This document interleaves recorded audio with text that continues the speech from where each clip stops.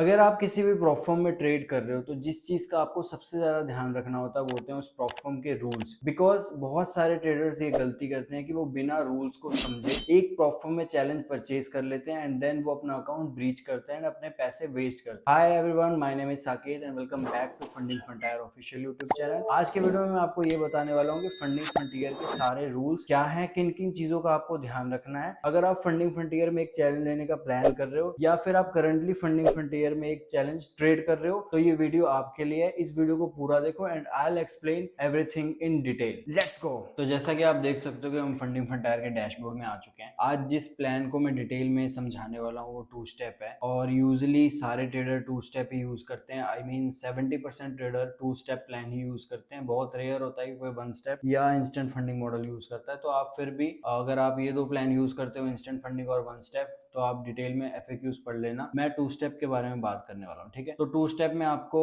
Face 1 में जो target है आपका 7.5% है, जो कि बहुत अच्छा है क्योंकि यूजुअली अदर प्रॉफर्म इंडस्ट्री में 8% या 10% टारगेट होता है, ठीक है। आपका डेली लॉस 5% का है, मैक्स लॉस आपका टोटल ड्रॉडाउन 10% का है एंड आपको मिनिमम ट्रेडिंग डेज 3 चाहिए, ठीक है। इन सब चीजों के ऊपर मैं आपको डिटेल में समझाता हूँ 2 स्टेप प्लान में, ठीक है। तो हम रूल्स एंड FAQs में चलते हैं, ठीक है, और 2 स्टेप में जाते हैं, ठीक है। 2 स्टेप रूल्स में हम आ गए हैं। सबसे पहला जो 2 स्टेप का रूल है वो जर्नल रूल, ठीक है। आप ये पढ़ो। आपको फेस 1 में जब आपका राउंड 1 है तो आपको 7.5% बनाना है। जैसे ही 7.5% हुआ आपका अकाउंट फेस 1 पास कर देगा।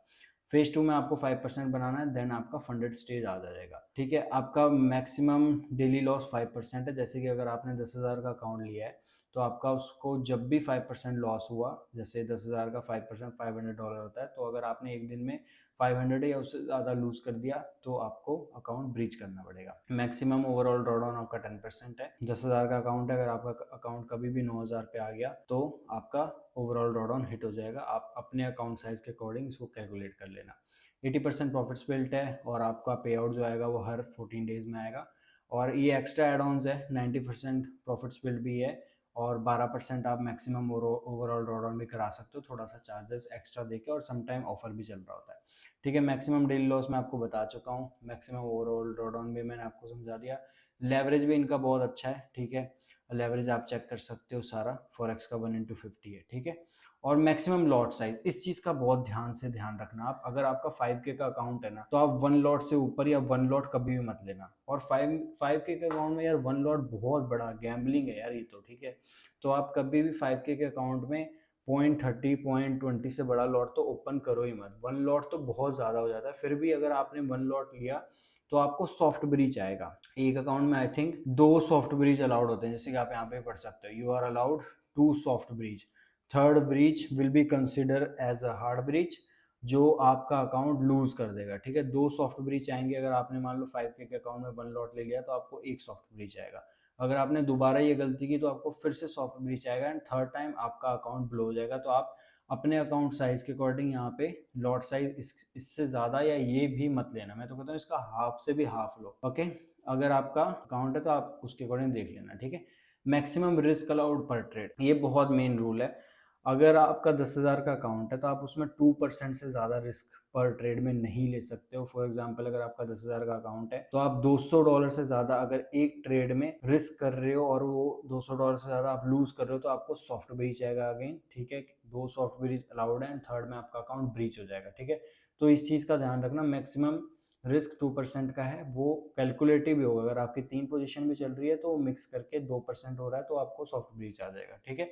मिनिमम ट्रेडिंग डेज में आपको समझा चुका हूँ, ठीक है। अगर आपका 10,000 का अकाउंट है तो उसमें आप जब भी ½ % बनाओगे, जो कि 10,000 के अकाउंट में $50 होता है, जब भी आप $50 या उससे ज्यादा बनाओगे 3 अलग अलग दिन, तो आपका एक एक एक करके आपका तीनों मिनिमम ट्रेडिंग डेज कंप्लीट हो जाएगा। एक ट्रेड अगर 3 दिन तक चल रही है तो वो काउंट नहीं होगी। एक ट्रेड जब क्लोज होगी $50 या $50 से ज्यादा 10,000 के अकाउंट में, तो आपका एक मिनिमम ट्रेडिंग डे काउंट होगा, ठीक है।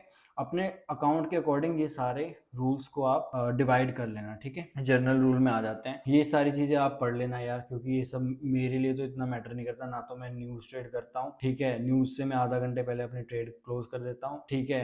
और ये स्टॉप लॉस रूल है, ठीक है। आपको जब आपका फेज 1 फेज 2 चल रहा है तब तो आपको स्टॉप लॉस की जरूरत नहीं है, बट फंडेड में अगर आपने 2 मिनट से, यहाँ पे आप देखो इस चीज का ध्यान रखना, all trades open on the same pair during 2 minutes window will be consider as one position required on each. मतलब कि अगर आपने फंडिंग अकाउंट में एक ट्रेड ओपन की, अगर आपने 2 मिनट से पहले उसमें स्टॉप लॉस नहीं लगाया तो ये एक सॉफ्ट ब्रीच हो जाएगा या हार्ड ब्रीच भी हो सकता है। तो आप 2 मिनट के अंदर अंदर लाइव अकाउंट में स्टॉप लॉस जरूर लगा लेना, फंडिंग अकाउंट में चल जाएगा, ठीक है। फिर भी जो भी चीजें मैं आपको बता रहा हूँ ना, एक बार आप FAQ जरूर पढ़ लेना यार, अपने आप भी पढ़ो, टाइम दो। अगर आप पैसे इन्वेस्ट कर रहे हो तो टाइम दो, स्टडी करो, देन चैलेंज बाय करो, ओके। ये सारे रूल्स हैं जो आपको पढ़ लेने। IP रूल्स हैं, अकाउंट 30 दिन से ज्यादा अगर एक्टिव नहीं रहता तो ब्रीच हो जाता है, वो भी आप ऐसा पढ़ सकते हो। इन सबको अच्छे से पढ़ो, ये सारा आपको एक एक चीज को डिटेल में पढ़ना होगा, एक एक चीज को अच्छे से समझना पड़ेगा।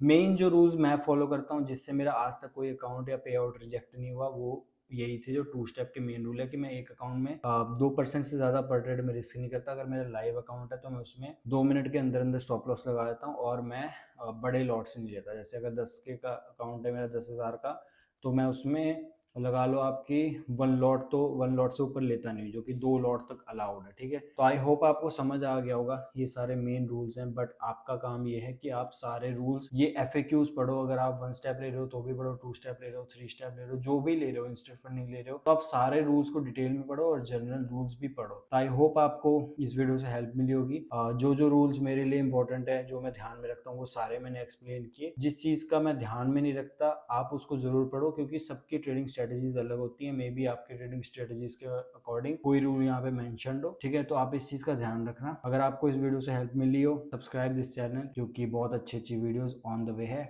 बाय।